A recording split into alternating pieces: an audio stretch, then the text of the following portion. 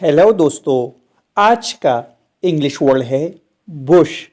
Bush का क्या मतलब है, आइए सीखते हैं आज की इस छोटी सी वीडियो में।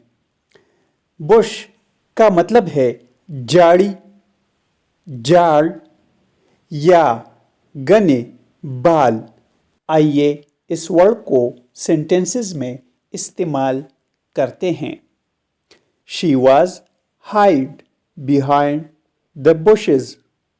इसका मतलब है वो झाड़ियों के पीछे छुपी हुई थी। Behind का मतलब है पीछे। Clean the bushes, झाड़ियों को साफ करे। Clean means साफ। दोस्तों, चैनल को सब्सक्राइब करें और वीडियो को लाइक और शेयर ज़रूर करें। Thanks for watching.